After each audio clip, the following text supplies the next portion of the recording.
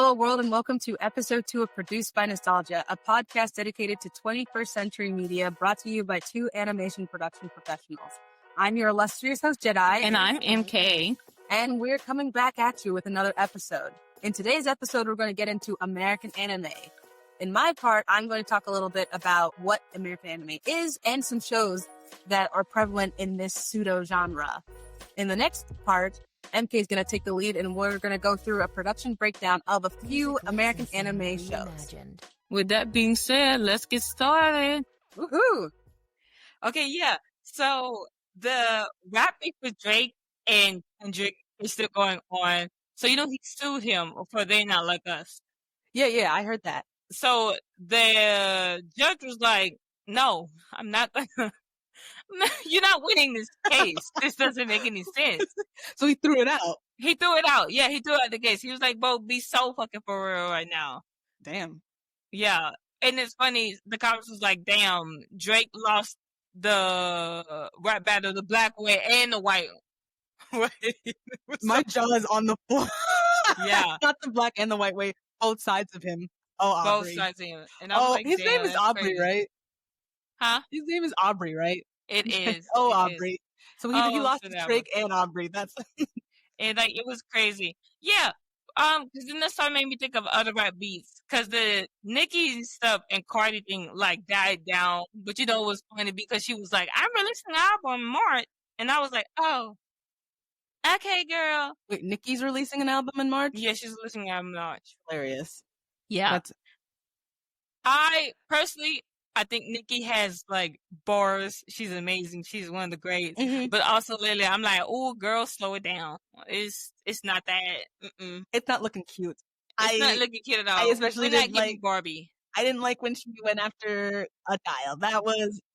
And then she doubled down on it. The fact that she doubled down on it was extra crazy. Insane. But you know what? She can release her music. I'm not gonna say if I'm gonna be listening or not. But most likely I'm gonna be skipping it because I'm like, I don't wanna be a part of this. I was like, this is too much going on. Do I love you? Will I always love Super Bass? But girl, I can't. Yeah, like apparently, people. My friend was telling me that like the podcaster of the Read was getting like back and forth drama because being Nicki, Cardi, because she was like, hey girl, like you released an album, you're going on tour and you're pregnant, and it seems like based off the timeline, you will be on tour like not even like a month maybe after I would say releasing the baby, like it's an album. Birthing the child. See, when you say releasing the baby, I feel like it's releasing Kraken. You'll be on tour a month after releasing the baby. Like you just dropped the baby. Release her from thine womb. Like that's so fucked up. But yeah, so they was coming at her because it was like, oh, who are you to judge Cardi and like her timeline and stuff? And I was like, nah, I feel like that's a lot. Given like postpartum, getting like everything that has to do with your body when it comes to birthing babies, I'm like, yeah, that's a lot. Yeah, I feel like this is another instance of all of us drinking the Kool-Aid of having to constantly be hustling. I think that it was a podcast host, right, who was talking about it. Yeah. I feel like they were probably coming from a place of concern rather than like, you're not a good mother, you're not gonna take the care of whatever. Like, I think you should be able to take a rest after you have a baby. That is an experience. She's done it before. I know she has, but going on tour is wild in its own, like going from craziness to craziness. That can't be good for you. That can't be good for your body. Please take care of yourself and for your baby. Mm-hmm. But I'm not judging. Don't come after me. Who am I to judge? I don't have any kids. Yeah. Well, word on that. I just did the fuck them kids hand thing. I love children. I love them deeply. I love children. I'm just putting that out there so no one's right. Kids are cool. Yeah, kids are cool. Yeah. And honestly, like we should be doing more for the children. We should be giving them more. We should be showing them more of the stuff that we used to watch growing up. I feel like that's been on my mind, like top of mind recently. And I feel like this is a good point to get into our second episode. Wow. Okay, transition. Okay, transition. Yeah, I'm trying my best. We're still brand spanking new, but we're getting there. We're getting there. For this week's Weekly Unwanted, yeah, MK, do you have anything that you want to share that happened to you within the last week? Yeah, so this is like exciting, but then like also unwanted at the same time. Mhm. So I saw Kim Coles at the movie theater because I went to go see One Bad After the Other. Oh, I snap. saw her. I thought it was like really cool, and it's so funny. When I first saw her, it was definitely like I saw her, she saw me, and we gave each other that like "Hello, black woman" like Yeah, look yeah. acknowledgement. Um, but then she was getting there, and I was like, no, she looked mad familiar. And the only reason why I came up to her is because another black woman who was there, who was like being at the front, like checking the tickets and stuff, gave her like a "Hey, I know you" like look in expression. And then she walked on and I said, no, no, no, no, no, no. I said, if that black sister knew, then that must be Kim Coles. And I was gonna ask about that. It's like, is that Kim Coles? But I was like, no, well maybe she didn't. I was like, no, no, no. Well, let me go in, and it was weird. It was one of those like stalking situations I was looking at because I was like, is that going back and forth and be like, is that her? Is that her? It indeed was her. So I was like, excuse me, ma'am, are you Kim Coles? She was like, and yes, I am. Loved it, beautiful. But the reason why this was my weekly unwanted is because I was like, what did? Because when I was deciding whether or not it was her, I was like, well, I feel like more and more people would have like went towards her if it was Kim Coles. But then I was like, Michaela, you are in a white space right now. Hmm. They don't know who that is. No. Like, unless you're like really locked in, like watching Living Singles, like you don't know who that is. And I was like, damn. I feel like a lot of times, like we have to know exactly like who like the main like stars and stuff, Yeah. but then they don't have to know like ours.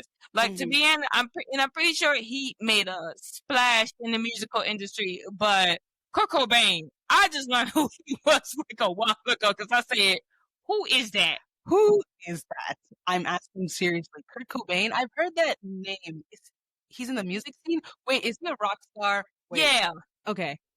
So oh man, they told me the band and I forgot who. I definitely can look it up. But Is it Aerosmith? Oh my god. Oh my god. I'm just like I'm hearing screaming in my ears right now because I don't know what band he's from, but I know that name, so I know that he's probably prominent. let's Kirk, cause what they said. Was it Evergreen that he told me? Oh, no, Evergreen? no, no, Nirvana. No, Nirvana. Oh, no. actually, I think this came up recently for me. The reason why this is in my thoughts is because I saw that back in the day, Nirvana had a concert somewhere in South America. I don't remember where, and people were booing their what's it called? What's the act that goes before the main act? What's that called? The opener. The opener. Yeah, they were booing the opener, like they were being mad disrespectful to the crowd. And so Nirvana just gave the worst performance of their career because they were like, how dare you be disrespectful to the opener? Like they're there for you guys just to like give you a little something before the actual show. Like, why would you do that? Did they say why they was booing him? Like, was he bad booing him, No, or was it like we want? it was a female band. I don't remember what the band was, and honestly, like this was a random thing I saw on my feed. But that's the reason why Kurt Cobain is in my mind right now. Other than that, I don't know that man. I wouldn't Yeah. know that if I saw him in the streets. What did Kiki Palmer say that? Well, you wouldn't see him on the street because he passed away. It's from what Oh no! he's no, because Oh I just turned 27 last week, and they were like, "Your peak not Kurt Cobain age," and I was like, "Who is this man y'all keep mentioning?" who And is they were like, this Kurt, man? like he's 27, and like he died at 27 because like Oh, so he drugs died a and all that. long time ago. Yeah, Oh my! like in 1984. Oh my God! Please, listeners, please don't crucify us. Don't crucify me. Like I was like, oh, he was like, I went on. Yeah, he's not walking on the street, babes. He's not. So if I did see him, I should be concerned. I should be. You can, I see dead people. Hey, when did this turn into The Sixth Sense? Another movie I haven't seen. Anyway. Anyway, but yeah, that's my weekly unwanted. Jedi, what's your weekly unwanted? My weekly, before I get into my weekly unwanted, I just want to say I don't know who Kim Cole is. Just to add on to that, you know what? Now let's move on. Let's move on. I would say for my weekly unwanted, um, the fact that we are in a civil war right now, that is something that I don't want to be happening. I'm not entirely sure what's going on, but there's this whole thing happening in like Chicago, and the Texas National Guard came in, and they're like doing some crazy things. They are going after civilians, going after immigrants. Like people are protesting. I don't know how crazy it is right now. It seems pretty crazy, but it's not national news. So whatever, I guess. It's just something that's been at the back of my mind. Like, I did not know that we would be here at this point, and yet I'm also not surprised because it has just been crazy town since the beginning. Since the beginning of this year, especially. It's just every day there's something. I I'm just tired of living in unprecedented times. I feel like I've had enough. Agree. I feel like we are not talking about the political state of the world right now. I know. Um, Yeah, I mean we don't need to get too into it, but I just Not on this podcast, but no, it's this just podcast. definitely like some shit is like really and scary out here. It's real and scary. Sorry. From the episode of Fairly Odd Parents, the Halloween special. I have Halloween on my brain. We're in spooky month, so Yeah, yeah, yeah. True. anyway. Okay, so that was our weekly unwanteds. Now let's get into the meat of this episode. I'm ready to talk about some American anime. All right. So for this part, I think I'm going to go into a few of the shows that are prominent that I feel like a lot of people have seen, and I'm going to go into a little bit of what American anime is. If I had to define American anime, I would say that it is just, American animated produced shows that are heavily inspired by anime in terms of character design, storytelling, and what have you. It gives off anime without actually being anime. And if I had to say some of my favorite shows that are American anime, I think I would start off with Pop Girls, which I feel that a lot of people don't realize is American anime. But if you look at it, it's actually pretty clear. So their character design is inspired by chibis. Chibis themselves are, the regular anime style, except they're kind of miniaturized. They have bigger heads. They don't have noses. They're more cute, but they still are very full of expressions and kind of have that same like design to them. And you can definitely tell that with the Powerpuff Girls. I actually have always really liked the way the Powerpuff Girls looks. I thought it was really cute when I was a kid. How about you? What did you think about the Powerpuff Girls? I thought they were adorable. They're very like easy to draw, Yeah, not like type of things with it because the simple shapes it like lines into that. It also, I don't know if you have this in research, but it also is like UPA style as well. Just have like the symbols and like the color and the way like the shapes are. It's like very into it. But I can see when you was like mentioning, I was like, oh, that makes sense because they're very easy. They're even turned into like little toys now and pop more. So hmm yeah, they're really marketable, and I feel like from the get go, they really wanted people to be able to glomp onto these characters, and that's why they chose this really cute miniature style. So Powerpuff Girls was created, I think, in 1998 by Craig McCracken, and he was just a CalArts student, and it was an idea that he had for a student film. And he wanted to make a show that appealed to kids but could also appeal to adults. I think they originally called the Whoop Ass Girls. yeah, they You were reminded me of that yeah, earlier. Honestly, I kind of wish that had been the name. Can you imagine on Cartoon right. Network the Whoop Ass Girls? But they really did. They really did kick ass. I remember really loving the like fight scenes, especially when they had like the big monsters. Did you have a favorite Powerpuff Girl? Okay, so I resonated with Blossom mostly just because like she gave older siblings Because you're bossy. vibe. Yeah, yeah. Um, but I also know when I ask other people, they mostly assign me as Bubbles, and I was like, that makes Really? sense. Yeah. Oh my gosh, that's so funny because I also am told that I am a lot like Bubbles. Mhm. See, I feel like Bubbles has been my favorite from the get-go. I just like her, her squeaky little personality. She's just so Yeah. cute and she's always like Yeah. frivolous and Yeah. airheaded. I'm gonna be the prettiest girl at the party. You Yeah. just make it higher and higher Yeah. until you can't hear I it think anymore. everybody wanted to be Buttercup as well because she's like an Yeah. OG kick ass. I was like, she's not my story. I love her, but she's not who I am.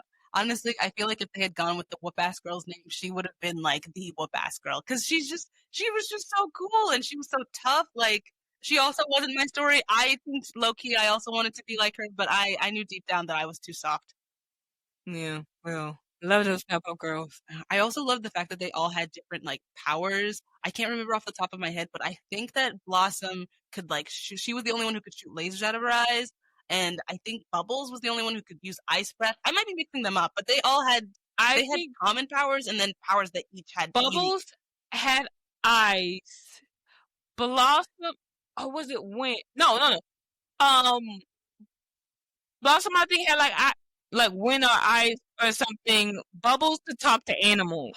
Oh. And Buttercup didn't have a special power technically, but it was that she can curl her tongue. Oh, Because that was the episode that I they were remember focused that on. episode. I had to really think about it. I remember looking this up recently because No, no, no. Sorry, I mean to cut you off.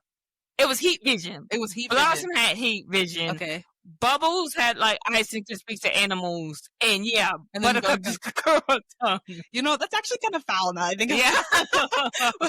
They were like, we can't have all of them be special. Let's just give her the ability to curl her tongue. Yeah. Can you curl your tongue? No. I can't either. Well, maybe that is a cool ability to have. Okay, maybe they give it to her. I don't know. Going back to the action sequences, like they had a lot of like town destroying battles. A lot of like big monsters. I think I remember some big robots, and they had their villain Mojo Jojo. And you know, funnily enough, Mojo Jojo was actually inspired by a character from a Japanese TV show. So not an anime, but just a TV show. I think it was called Spectre Man. And in Spectre Man, there was this villainous monkey guy from a different planet, and he was just disgusted by humans and their pollution of Earth. I've never seen the show. I've never heard of it. I just found it in my research, and I was like, huh. So that's cool. That's okay. I always thought Mojo Jojo was such a tragic figure because he was just like a baby monkey, and then all of a sudden, Chemical X. Yeah. And, like his owner, I think the Professor Utonium was his owner, right? Yeah, and he's just experimenting on him and everything, and then his sisters technically just be beating up every chance that he gets. Yeah, I was especially sad about the fact that kind of like Professor Utonium kind of abandoned him. He was like, "Oh, I want real children," and so then after his monkey experiment got horribly disfigured, he was like, "Nah, you're a villain now." Yeah, I think that would set me off too. I think I would also become a villain. exactly. I'm abandoned. What do you mean? It was so messed up. It was What so other messed up. like shows or like American anime like bases we wouldn't think of? Ones that you wouldn't think of. Yeah. I feel like okay, this one I'm not sure if people would think of it, but Samurai Jack was an American anime show. They definitely had, you know, kind of an American anime thing going on, in terms of like the storytelling, like the way he does his hero's journey, and also like the fight sequences. What you'll find is that a lot of like TV shows that are heavily focused in fighting, they will draw heavily from anime, even if they don't look anime. I mean, a lot of them do also look anime 'cause it's just a way to animate. And if I had to say one of the best shows in terms of like fight sequences and like action, it would definitely be Teen Titans. Teen Titans, I feel like, is the GOAT, and it should have ran for longer. I looked it up, and it was actually 5 seasons, and they were planning on doing 6 seasons, but it never happened. Teen Titans, it premiered in 2003 on Cartoon Network, and it was based off of the DC Comics. I'm sure most of you know this. I think it isn't 100% confirmed, but Robin, I think he's believed to be Dick Grayson. I think they also allude to it in the show, but in interviews, they never say for sure that he's Dick Grayson. But, you know, because of the whole action heavy DC Comics superhero thing, the creators, of course, drew heavily from anime because anime fight sequences are just so good. And the way that the characters are drawn, I feel like also lends heavily to the comedy. I feel like Teen Titans was really funny. Like, do you agree? Teen Titans Go Or the original, the OG? Yeah. Sorry, it was but yeah, no, it's like funny. I love the action like with it. I love the character like dynamics that they give off. It's really Mhm. fun. Yeah, the character dynamics I think are also very I feel like they're very mature for a kids cartoon, and I find that a lot of American anime TV shows they're not like I wouldn't say they're adults, but I feel like they tend to tackle more mature topics in a way that is kind of fun to look at, but also, you know, filled with action so kids can like glomp onto it. I remember there was an episode where Starfire um encountered this other alien creature. I don't remember what his name was. He was like a big silver metal dude, and he called her this word. I think it was like a trog or something. And basically through the episode we learned that it's basically a slur. Well, that was crazy. That was insane. When Cyborg called her one, I was like, oh, this is not good. And it was like, what do you mean? And that was always funny because he was like, well, I'm, gonna help you out. Like, I know what it means to be hated by what you look like. And she was like, you do? He's like, yeah, because I'm part robot. No, it's not because you're black. It was definitely because you're black. Like, no piece of fucking river right now. Censors, I know what you did. I know what you were trying to do, but we all saw through it. We all saw through it. Yeah. I'm part robot. This brings me back to the whole clanker debate. Oh my god, the modern robot racism. Well, Cyborg will be going through it from both ends, honestly. Honestly, he doesn't deserve it. Cyborg, if you need help, just blink. We'll take care of you. Yeah, for sure. You know, this also gave me what other like American anime comes to mind, which I gotta tell people that like is not anime. I love it. Avatar: The Last Airbender, Boondocks. Like I was like, no, guys, this is not like considered anime, which we'll get into later. But it was like it still hits like a regular anime. It really does. Like I don't know. I feel like Avatar: The Last Airbender is one of the greatest cartoons of all time. The amount of work that went into like the world building, the character design, the bending system, like I'm not surprised that people think it's an anime. And I feel like the distinction between American anime and Japanese anime is a very small one. Most people just say that it's not anime because it's not Japanese. But funnily enough, in Japan, they don't differentiate between Western animation and anime. Everything is just anime over there. But I think that it's kind of important to differentiate them because, it's a cultural product. There is, a certain way that Japanese people make their animated works. And I feel like we should pay homage to that when we take those inspirations for our own shows. And it does make our shows better in the long run, I think. I feel like it's always good to be inspired by other cultures and kind of, make it your own and do what you will with it. Give it its own spin, its own taste. And like Avatar it's just so great.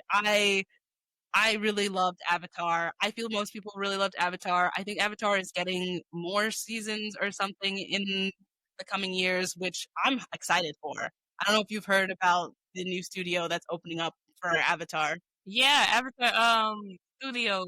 Actually, not audition. That's not the word. I interviewed to be like a PA for one time, like a couple of years ago, but it just didn't work out timing wise. But man, it's like really cool what they got coming out because then they have a sequel series for another series to talk about the Avatar. I believe it is it's an Earthbender.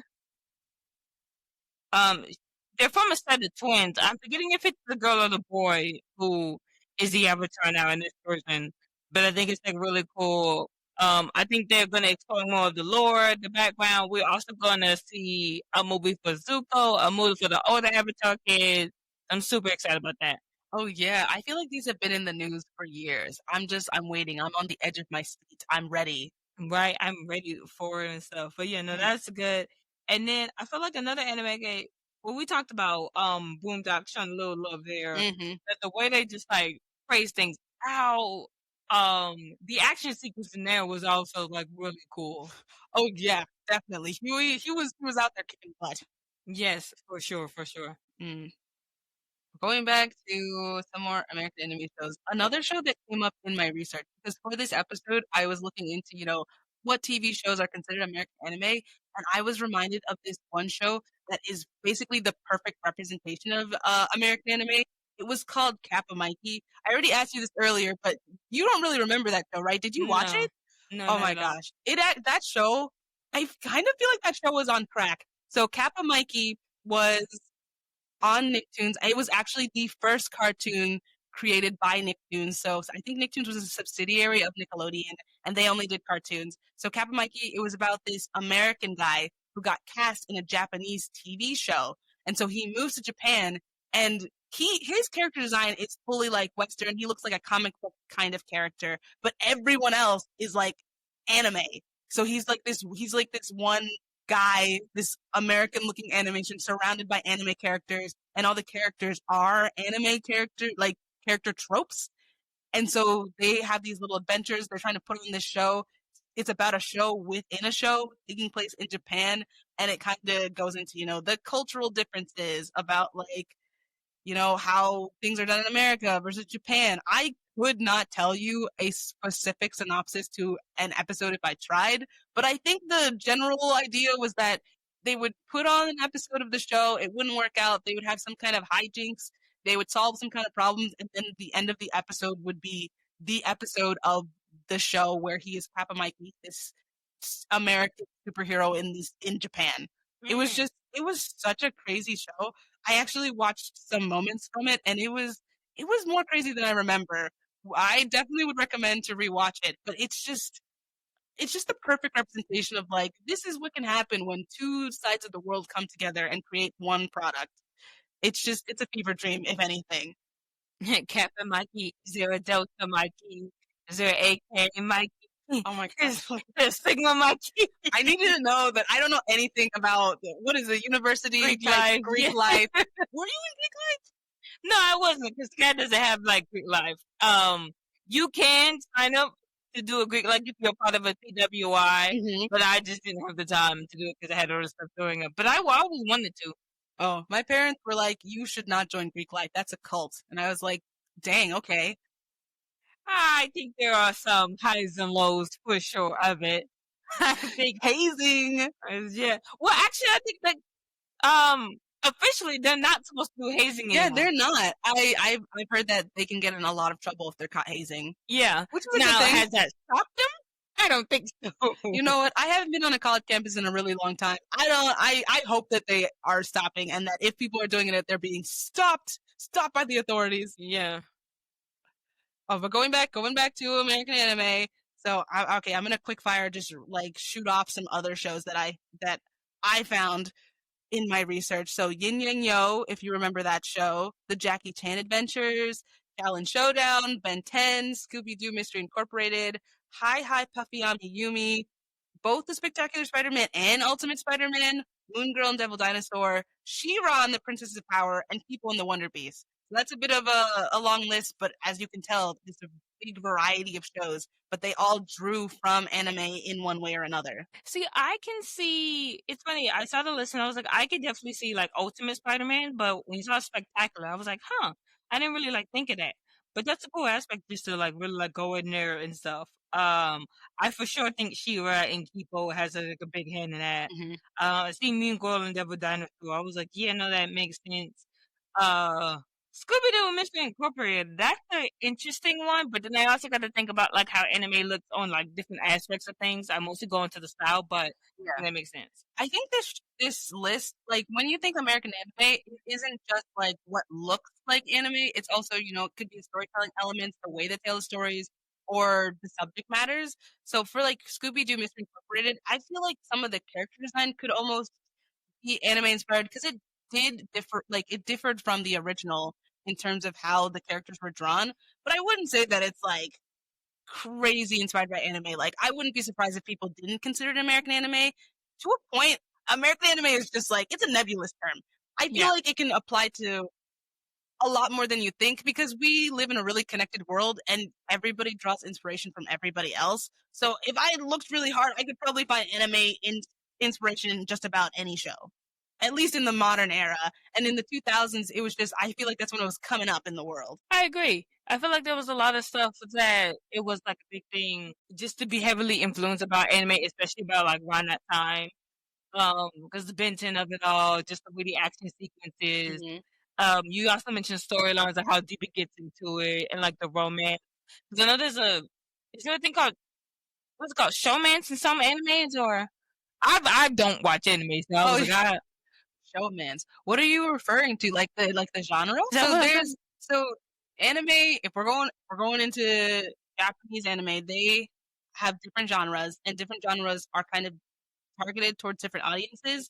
There is a misconception in the West, though, that it's like this is a shojo, which is technically geared towards women. Like, what makes this a shojo is romance. That's actually not true. What makes a shojo is what magazine it is printed in, like the manga itself, because anime comes from manga. So manga is printed in magazines, and the magazines themselves are targeted either towards like young girls, young boys, older adults, female, male, and if that manga shows up in that magazine, that the anime is considered to be that genre.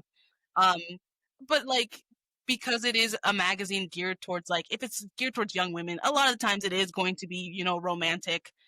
Um, and they kind of will have their own tropes of like this is the confession scene and like they're school kids or whatever and like I don't know, they grew up together, boy next door type romance. Like they all kind of have a similar thing going on. And I think you can see that in cartoons. Like there are tropes that are present, but it's like it really depends. It really depends on who the audience is and who they're trying to reach. And I feel like in American media, it is also targeted towards specific demographics, but ain't nobody paying attention to that. Like, I Right. feel like people just watch whatever. Yeah.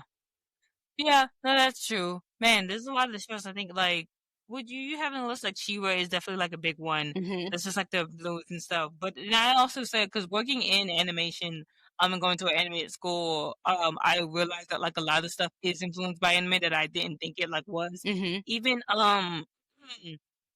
Teenage Mutant Ninja Turtles. Yeah. Both the Rise of the Teenage Mutant Ninja Turtles and the one that came out in 2012 Hmm. was heavily influenced on it. Just because you know when characters have that big expressive like moments, or even Yes. like they come to like the little chibi version of like stuff. I was like, Yeah. oh, I can feel like this is very like anime influence. And I don't know if that's just because like it's a style because the art director or somebody like really like loves it or they just want to go for it. But I was like, oh, but that was my first one really seeing like that anime like influence style in CG, which Hmm. I thought was like pretty interesting because I was like, oh, but they're like turning into like little like like chibi versions or Hmm. like the would you guys probably see with the expressions ones where it's like they eye turn white or like it's a really bit Yeah. like oh like expressive there, which I thought was like really cool because Avatar does it a lot. Yeah. Actually, it's been not Benton does it really, but oh my gosh, Teen Titans does it. The Jackie Chan Avengers does it. Yin Yang Yo definitely does it. Yeah, so there's a couple of other ones that was like, oh, they definitely don't go for that expressive route, and those are always like my favorite things Hmm. when they start screaming. My favorite like meme to use is when Sokka is like being like, "What are you talking about?" Like, so I was like, oh yeah, this is like really fun. I feel like the reason why you see it in so much of like our American media is because it really it's really punchy. Like it's really in your face. Like you know exactly how the character feels. It's like not subtle at all. If anything, it's over exaggerated. So especially for like kids TV, of course they're gonna put in those like little funny faces and like pair it with a really funny line, and that's how it Yeah, becomes iconic. Honestly, I feel like this is also kind of the origin of like our meme heavy culture because for I sure. feel like a lot of memes are just exaggerations of like everyday emotions. I definitely agree. I definitely agree. No, I think damn, they was really cooking with some of this too. I didn't Mhm. even know that a couple of these we just like had that like heavy influence. But like I said, it definitely like makes sense. Mhm. I think I'm trying to think of anime like excuse me, American anime that like comes to my mind. Like I said, I don't watch any anime. Mhm. The only one I watched was Erased. Erased. Oh, yes. Yes, my sister put me on to that. Shout out to her, and I was like, okay, pretty one. The other one that someone also put me on. I think I forget who. The Ordon Host Club. Oran High School Host Club? Yes, Yo, yes. you didn't tell me you've seen that, And bro. not gonna lie, I was like, this is funny. Oh my gosh, that one is a shoujo. Yes. Okay, Erased. I haven't seen Erased, but it's like horror, right? Yeah, it's like kind of like a mystery. Like basically, a kid from his class like ends up like dead and stuff. So he goes back in time when she was first like kidnapped and stuff, tried to figure out like how's that done. Uh-huh. But then when he goes back in time to fix one problem, another problem happens, and he's like, "Well, damn, who was doing this?" Yeah, I thought it was really cool. Apparently, there is a live action version of it too. Oh yeah, there are a lot of live action of animes. Yeah, which I'm very confused about. Like I was like, well, why do a live action version? But I don't know. Apparently, that's the thing to do. Because what was it? The One Piece, right? One That Piece. was Yeah, One yeah, Piece, they have their Netflix live action adaptation that I think the second season is coming out next year. yeah, Did the first season come out last year? I feel like that is what it is. That it came out last year, they've been working on it and they're gonna release next year.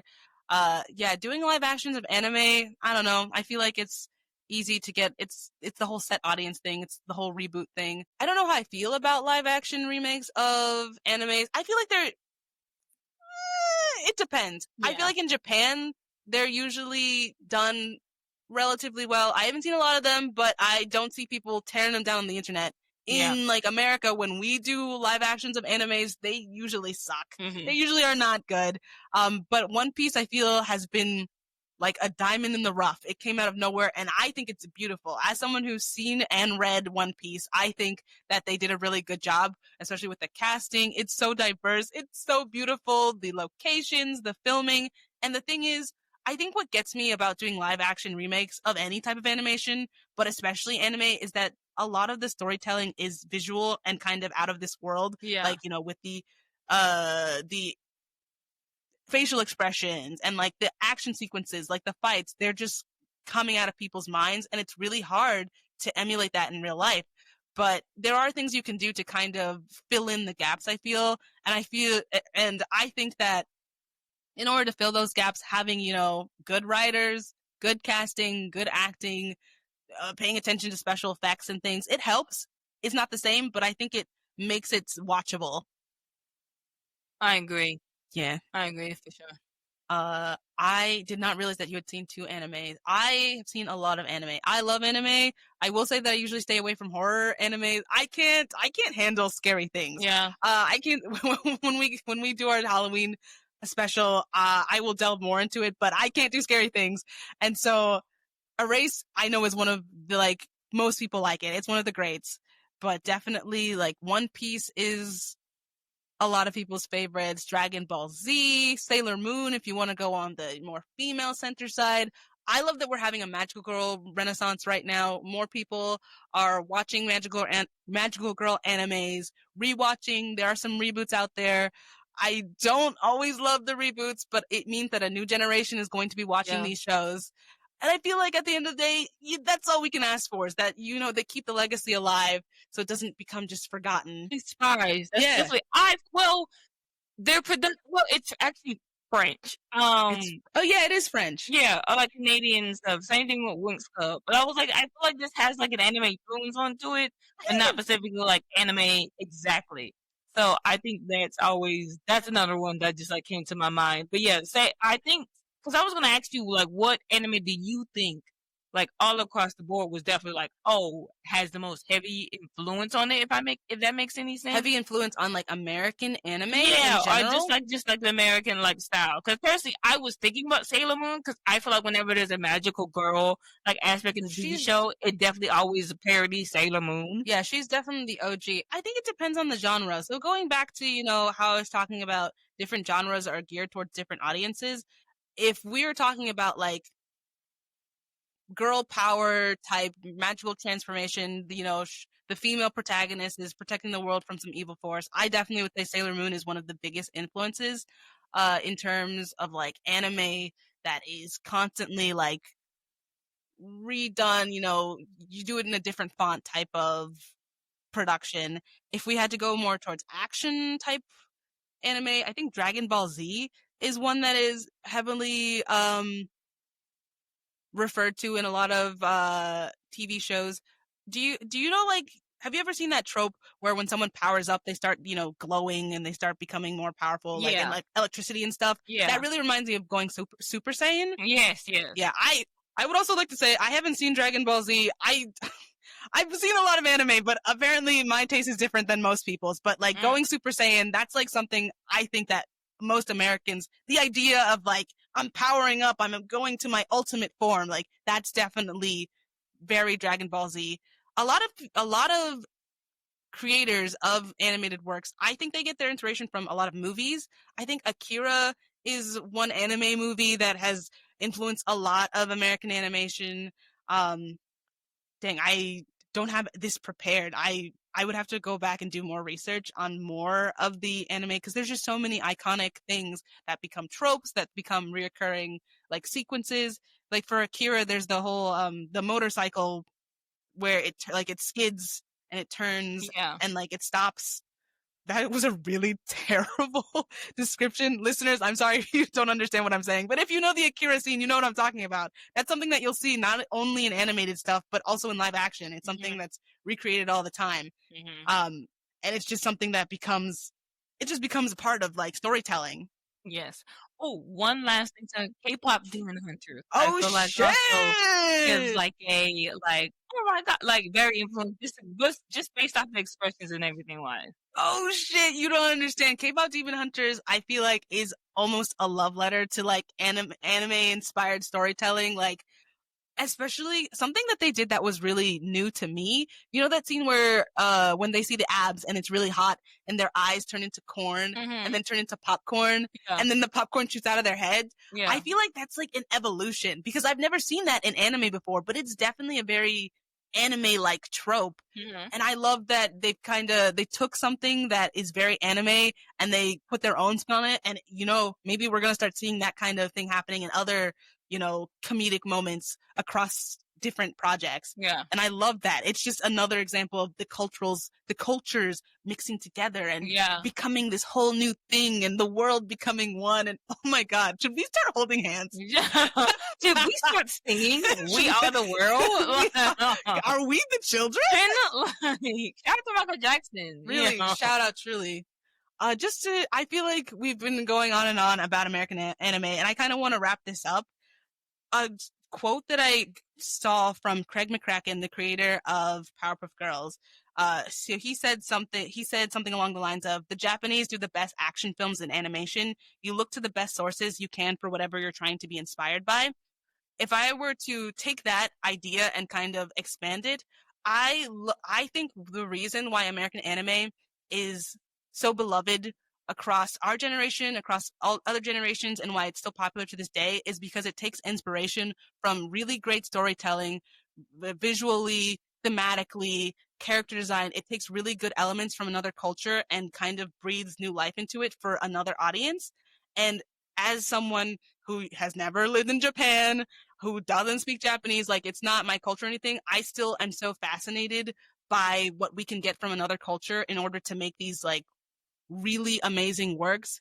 Just to shout out Avatar again, like Avatar truly is like kind of the perfect show Yeah. in terms of like hitting a bunch of, serious topics, but also being fun and lighthearted for the kids. You can really watch it at any age. And even though the live action, you can love it or hate it, it still means that it's inspiring people to this day and it'll continue to inspire. And this is all because people opened their hearts, opened their eyes to another culture and were like, this is some cool shit.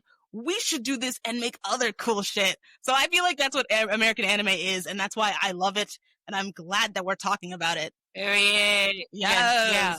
Okay. I think this is the perfect time to take a pause right here, but then when we come back, we can get more into it. All right. Alrighty, we are back with the next section of the podcast. So we were talking about a little about American anime and like the influences there. So I wanted to give a production breakdown of the American anime shows and kind of what makes it like different. So I kind of like noticing this earlier, and it's like, okay, well, what makes um American anime American anime? It really has to do with the production of everything, and sometimes associate with its studio. Now, because I was going to more research with it, it's not necessarily with like the Japanese studio, because the anime is like Japanese, like American. Not Japanese American, excuse me, it's Japanese anime. God Yes. damn, that was fighting. It's hard to speak sometimes. No, literally. I was like, okay, so that's what's like heavily influenced. But shows like the Boondocks, why I was mentioning that the reasons why it's like Pacific Anime is just the production's overall style. Production studios were like JM Animation, Donghu Animation in the first half of the season. And then the South Korean Studio Mer, which also did a bunch of other stuff, took over. So it was definitely kind of for the way, I guess, like outsourcing basically has a big part of like what it does, and like the animation studios that have to take the part of it. From my meaning, now this isn't official. I'm not like official like anime person, like I said, but from what the just that I got of it, from the stuff that I read, I think it just has to do with like studio and production base. Yeah. It's funny enough too that we mentioned earlier, like the fight scenes of Boondocks, the fight scenes of Teen Titans was very essential. And I learned this by watching a breakdown from After the Last Airbender. So what they do is they get choreographers, like fight coordinators. they film them and have them actually fight, and so that's where, and they send it off to the animators, and then they animate that section. So Mhm. it's usually choreographers in that system, like, see, yeah, they dance. They also kind of do the same thing with, like, if there's a dance sequence, they hire a dance coordinator as well. So that's like a big thing that goes into that. I say that because in Avatar, I don't know if you know this, but like the fighting style is very like karate, like Japanese influence, like stuff like that. Interrupt. I believe that each bending style is based off of a different country's like martial arts. Yeah. I think that kung fu, I think karate, two other ones. I can't name off the top of my head because I have not looked at it in a while, but they are based on different martial arts style from different countries. Yes, and could not excuse me, not Qatar, Korra in her sequel series, it is boxing based because Hmm. technically what she was doing, like in like when she was like bending, but then they were like having like this. She was a boxer. Oh, like the sport that they The came up sports with. that What she was came that up, called? Do you remember? I forget, Oh, but it was definitely that had a bending element to it. But like her style and technique was boxing, so they had filmed a lot of like boxers and stuff. Even at DreamWorks Animation, they have a studio where like, oh, this is like the fight coordinated motion caption like room and stuff where people are like fighting and to make sure, and we record that whole section of it. So a lot of like American anime, a lot of anime studios like do that. hmm. So it was definitely cool there. So then that's why Boondocks again, like very heavy, and I think it was very funny going into those because I'm like Huey and Riley are just having an argument about like cleaning a room, and they're like jumping off the walls, doing all that extra shit, like even having guns, and it's like BB guns. But I was like, this is so funny to see in the animation style that they could go with it and stuff. I think it's really cool. It's spectacular. It really gets you on the edge of your seat. It's just so dynamic, and it really tells the story so well. Oh, for sure. And then that's what also the influence of just like anime that I asked earlier, because from looking at the website, not website, but like looking at the internet, like I said, as of 2016, Japanese animation accounted for 60% of the world's animated television shows, which makes sense because I feel like there has been a rise. Okay, I don't feel like there's been a rise in anime. Let me correct myself, but I feel like there has been a rise in how people are enjoying it and liking it, Yeah, especially in the West. especially in the West. So I think it was just one of those kind of like niche things to like now, like in the past, but now I feel like oh, you like anime, like oh, that's very much like a regular thing. I think we talked about this especially a little bit, but I feel like celebrities like Michael B. Jordan, Megan Thee Stallion, just influence like oh, anime is like fine to watch. It's cool, and a lot of people think it's like childish, but it's really not. Like especially with the storylines that they give and everything. That's why I kind of like feel some type of way when people be like, "I'm not gonna watch this cartoon. They're cartoons." I'm like, no, but they deep dive into it again. Avatar: Last Airbender. I was like, they were talking about genocide. They were talking about like just personal stuff. I was like, guys, it is a real fucking thing. Like you have to lock in. They are talking about propaganda, indoctrination. If you look at our world right now, I feel like we're living in the Fire Nation, like the parallels We are for sure living in the Pine Nation. between that show and kind Trump of is Ozai. you said it, not me. Yeah, and someone needs to take his bending immediately. Someone needs to take him down right now. Who we need to find our avatar. Who is our avatar? Who is our avatar? It's not me. It's not me. I cannot be the master of all elements, but somebody. Please take away his bending. You gotta quack, quack, quack. Like, no, no. And it's funny. And I think what's also a thing where like why anime is kind of like anime is thing. Japanese animation studios were pioneers of like the limited animation techniques.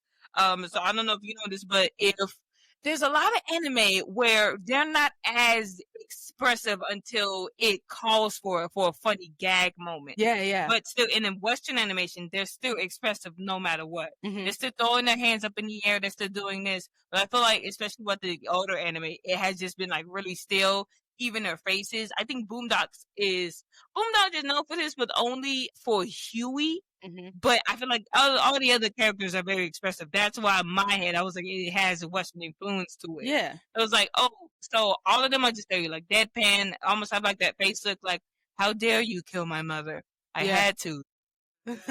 She was in my way, very much. But watching animation is like, how dare you, da, da, da, da, like it's very more expression. It goes like to that. So Japanese animation is very like limited in their facial expressions.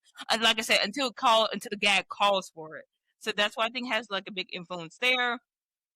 Yeah, animation, unlike Disney, they emphasize on the movement. The anime emphasizes the art and led limited animation technique making for the lack of spin on movement. Such techniques also only meet they do this to meet deadlines, and it's also an artistic choice.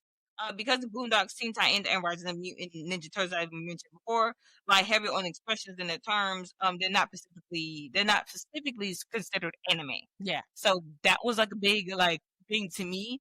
Like I said, I definitely see the influence, especially with the fighting scenes. Whenever there's a fighting sequence and someone's like jumping over and like doing all that. Why did I do that? Why did you do that? No. She is good. I found her. Wait. But yeah, I know exactly what you're saying. Like the fight sequences, the amount of detail that they go into, the dedication, the camera moves, like all of that, it's bonkers, it's crazy. And having just the models from the get-go that they record first and then figuring out all the rest of it to kind of tell that story, like that is very anime. That is very anime. And so in one of my also like favorite shows, She-Ra and the Princess of Power, premiered on Netflix, DreamWorks television show I'll make sure I get this right. N4EU Animation Studios, which is located in Seoul, Korea, also did the animation for that show. And it's cool enough because it was both traditional animation, which that means they're like hand drawn on like light tables, and it's also computer animated. Yes, fun fact, I actually have a couple of the sheets from like Shira that I can show you later because it's like really cool and stuff. I'm about to I'm already excited. Yes, but so that's like the emphasis there when it comes to like fighting styles and because in Shira, because I was rewatching it just like earlier, and yeah, they get very expressive when the gag calls for it. Yeah. So I think that's really cool when it comes to that. There's also a couple other shows that I want to list that I feel like has an anime influence. Before you keep going, Shira, she is a magical girl. That Yes. also, she has a magical girl transformation, and I love that. Yeah. You'll definitely see that Sailor Moon influence. I feel like Yes. even in her costume, like you can see kind of the costume, the crown, the way it's all set up, the way her hair flows. They're princesses. Like yeah. Yeah. This other show that I used to love called Witch, which spelled out WITCH. Yeah, and it's like their names, right? Yeah. It's like it stands for their names. And that I always compared that a little bit like to Avatar because it's like, oh, Will like has the power of quintessence. I feel like they just went out of elements. What the heck is a quintessence? She controls electricity, but I was like, okay. And so they call it quintessence? They call it quintessence. Well, I was not allowed to watch that show.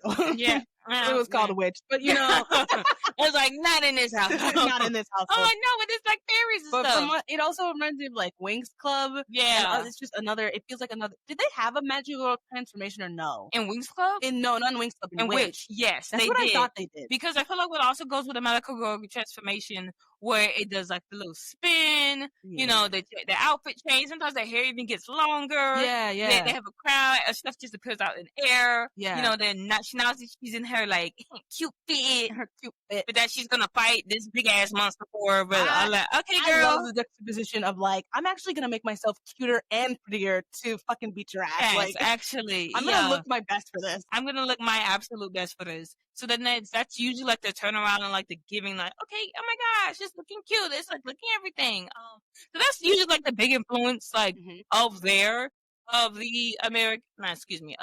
magical girl like element, which I honestly I love the transformation scene. Yes, they are like 7 minutes long, but I think it's still beautiful. It's funny. I was watching Shiva, and I'm like maybe on like episode 6 of my rewatch, and there's been a bunch of times where she's like, okay, like I'm changing it now into like Shiva, and I'm like, okay, girl, like you only doing this for like 6 seconds. I don't need this whole thing. But then there was one time they just like cut to it and was just like, oh, because that definitely also, honestly, I feel like it's probably one of the most expensive shots that they have to do. Yeah. Because the turnaround, the effects, everything that comes with it and stuff. I think that's why you see it like reused a lot. Yeah. Like, I feel like it's a really big momentous thing when they even change it because it already took so much time to do the original and for them to do like a A whole power new up, thing, a yeah, new one, like she's even fancier and prettier. Like yeah. they had to spend some time on that. They had to spend some time on that. So I was like, yeah, because then also when it comes just to production, you have to like basically, it's very good to like reuse shots just because it's like, hey, it's already expensive. We already paid for this. Go ahead and use the shot that we're using. So sometimes it's using to save that asset and just putting it back into that episode, which again, I was like, it makes so much sense. The only time to where like that becomes like a different thing is again if they're doing a gag to the magical transformation. Like if they're like, oh wait, mid transformation, and they're like, what, girl? Like this takes 6 minutes. I think I forgot what I was watching, but I think someone actually made a play on the magical transformation where they got them. Like in a minute, you know what? Now I'm thinking about maybe it was Avatar to bring it back when Aang was like powering up into going to the Avatar state, and then Azula like shot him. In my mind, you know what? That's magical good transformation where they stopped him.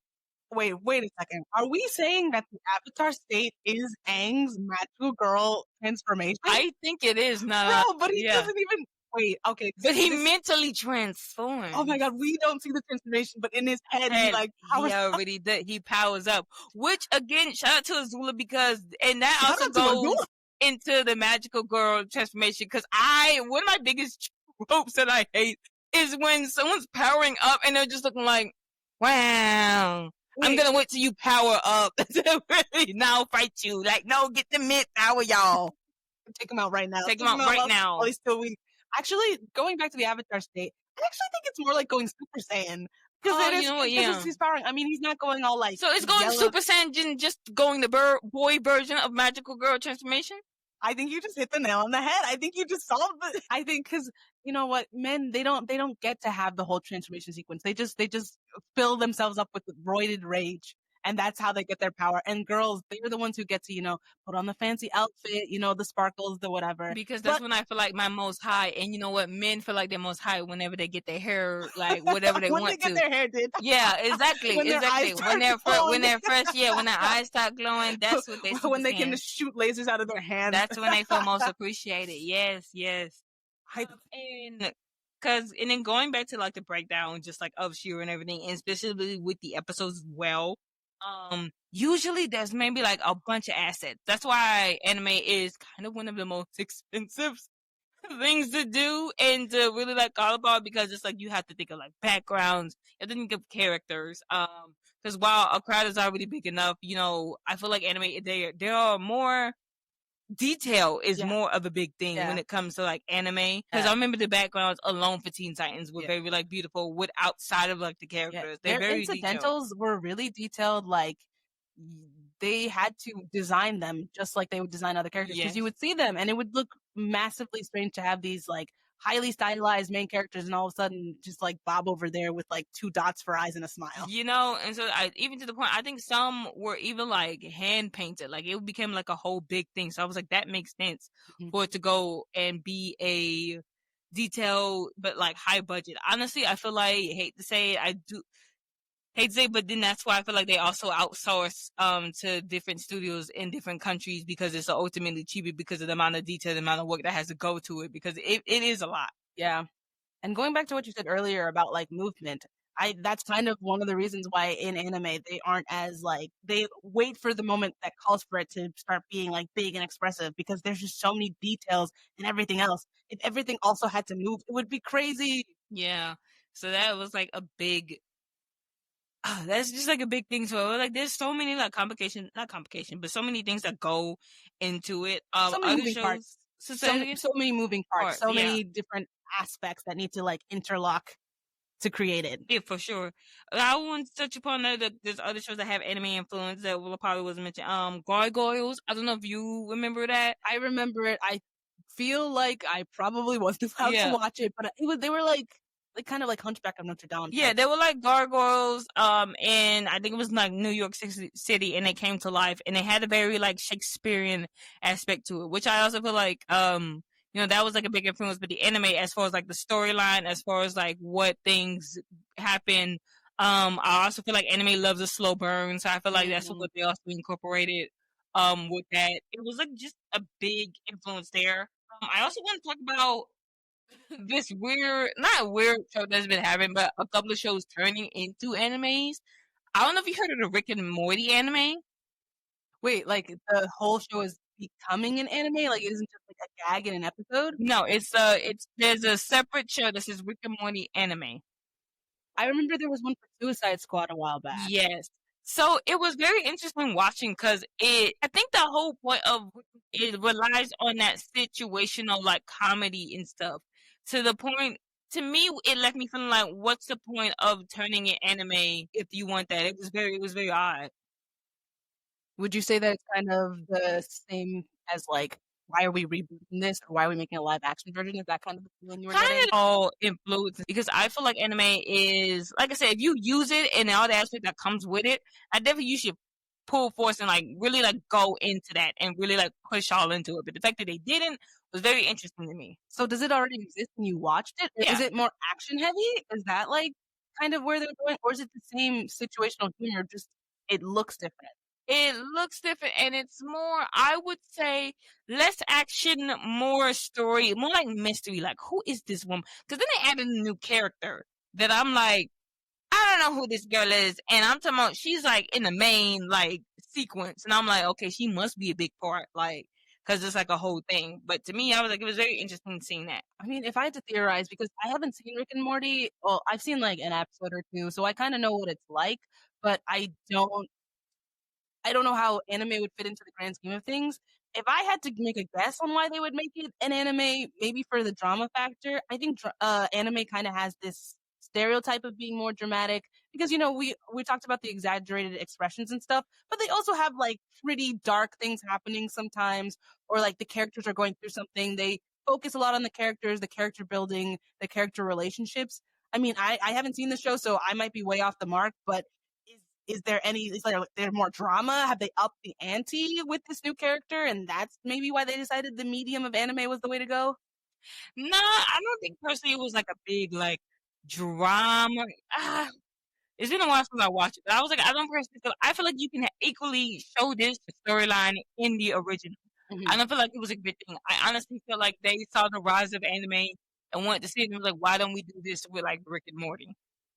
I wouldn't put it past the studio to do that because anime, I feel like visually it does sell. It Yeah. looks nice and it's easy to, people will make fan art of it. I honestly have seen so much like anime iterations of like people will take their favorite thing and just make an anime. Yeah. So they might have just been trying to level with the cool kids, play to the young people.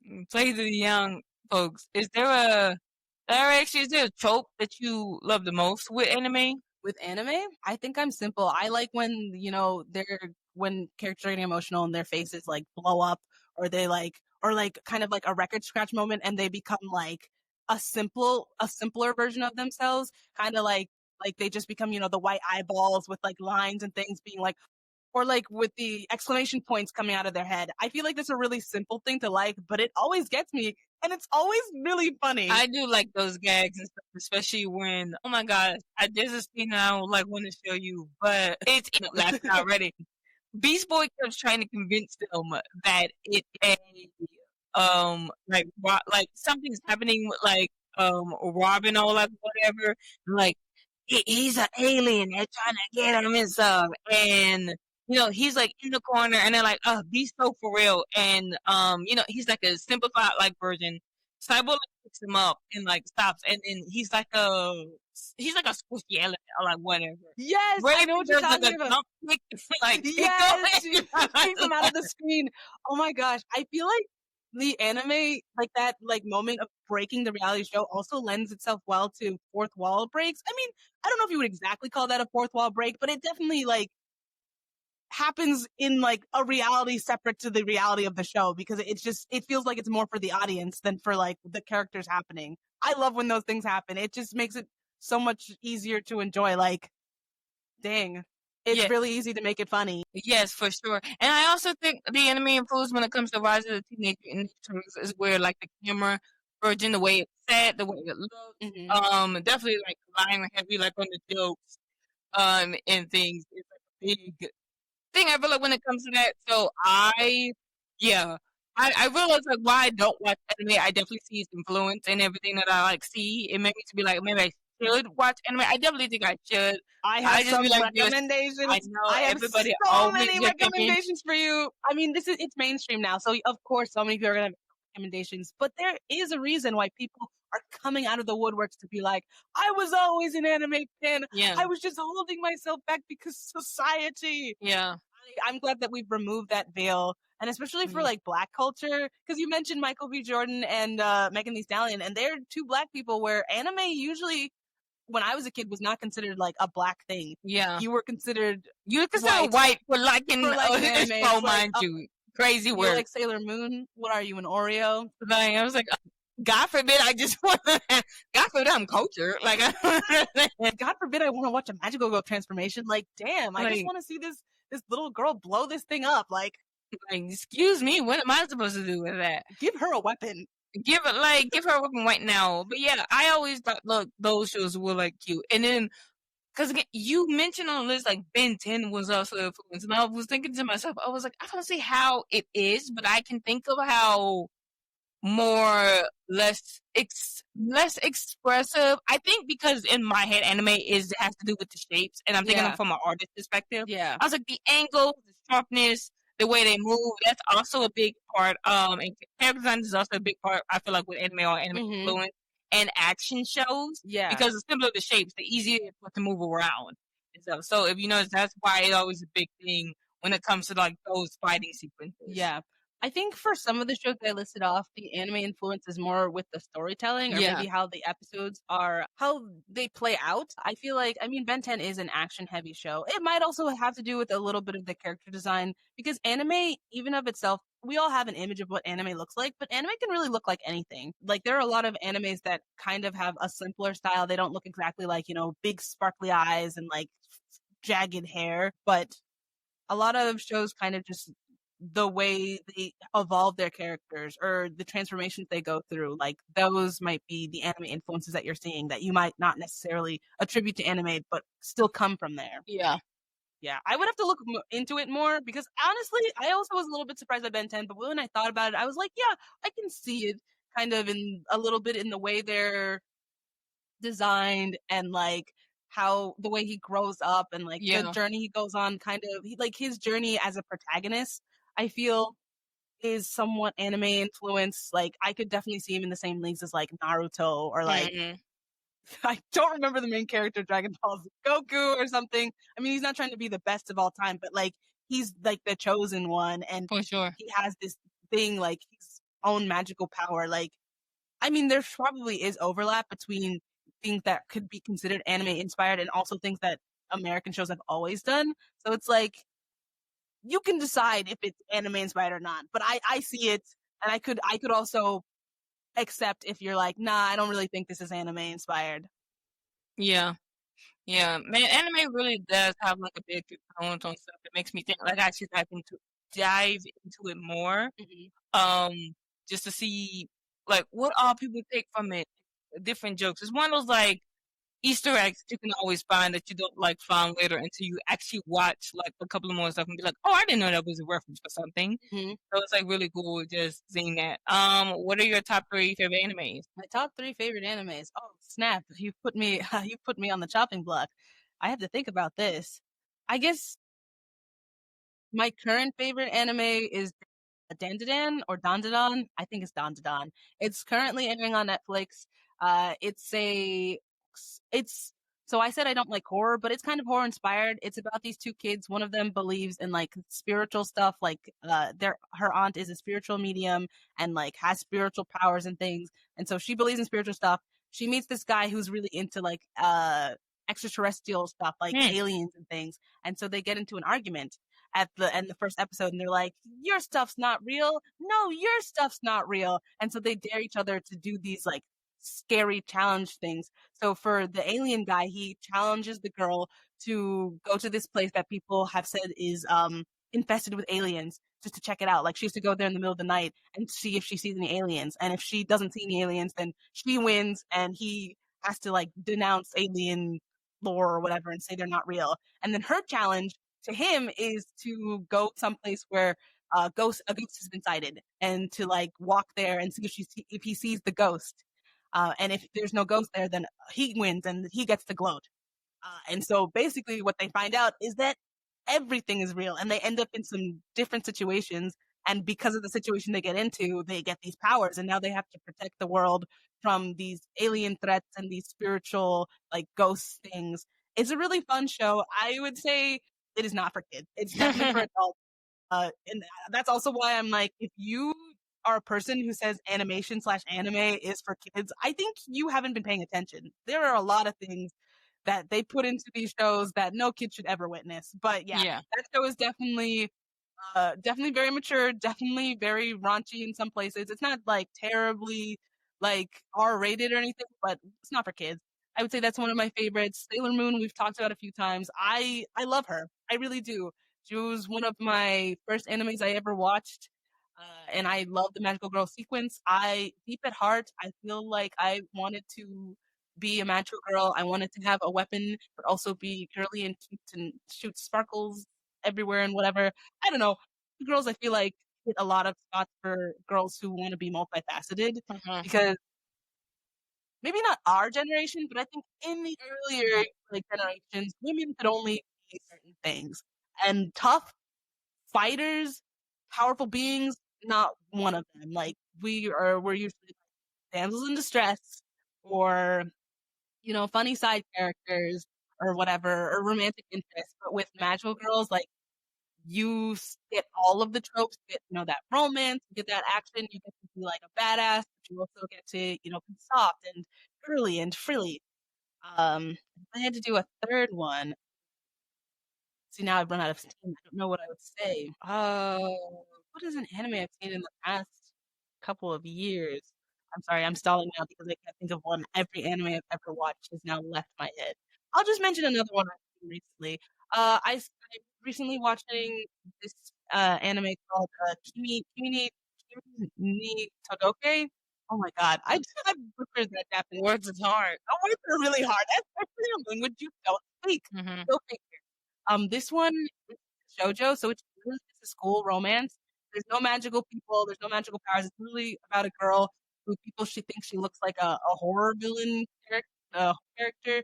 They think she looks like the girl from The Ring, like the one with. Is it The Ring? I have With the never. one with the long hair, She's she's a quiet Japanese girl with long black hair and like you don't blunt barely see her face. yeah, and you can barely see her face. So people think that she looks like her, so they've ostracized her entire life. Mm. But when she enters high school, this one guy, he sees past that. He realizes that she's really nice. She's just quiet, and she's very kind.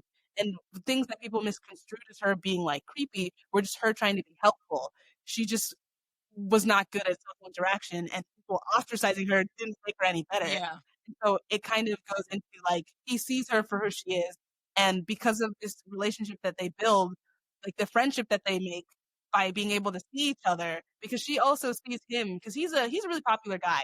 He talks to everybody, he makes friends, and people aren't surprised that he would be friends with the horror movie girl. But she sees that he isn't just like popular for popular sake. He's genuinely kind. He wants to connect to people and he wants to be seen. So he sees her, she sees him, and they are going through this like high school like will they, won't they, are they gonna get together? He likes her, she likes him. They don't want to tell each other. It's just one of those cute, nostalgic type of animes. So it's not one of my favorites, but it has been very pleasant to watch, especially as someone living my adult life. Like sometimes I just want a silly little high school romance.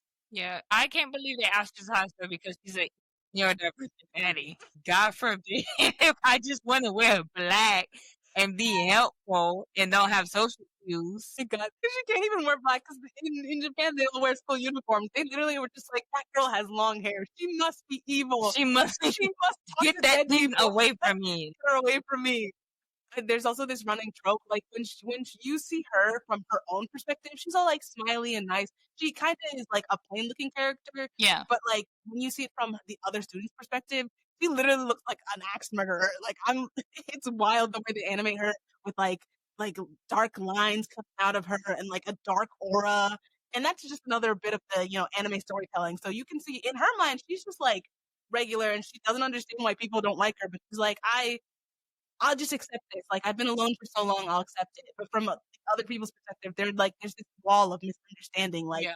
this dark presence, but she's literally so kind. So it's like just one of those shows where it reminds you that, we're all people and God forbid you are a little bit creepy or your smile is a little bit creepy. Yeah. God forbid. Well, that's the influence of anime and just like everything that we talked about. I think this is a good time to like stop it here. Thank you so much for joining us on this journey guide. Damn, Jenna's gonna have to send me a list of anime on top of the list that my sister's family already sent me. But Oh, I have yeah, a lot to send. I across many genres. We will also be watching some together. I want to see your face. yeah, yeah, yeah. All right, let's do it. Well, to sign off, thank you guys so much for another episode of Produced by Nostalgia. Yes. Oh, and before we go, definitely if you have a favorite American anime or if you have a show that you think is or is not American anime, send it our way. We'd love to hear from you guys and, get some more perspectives. So yeah, I think we can Period. I think we can end it. All right. Thanks, thank guys. you. Bye.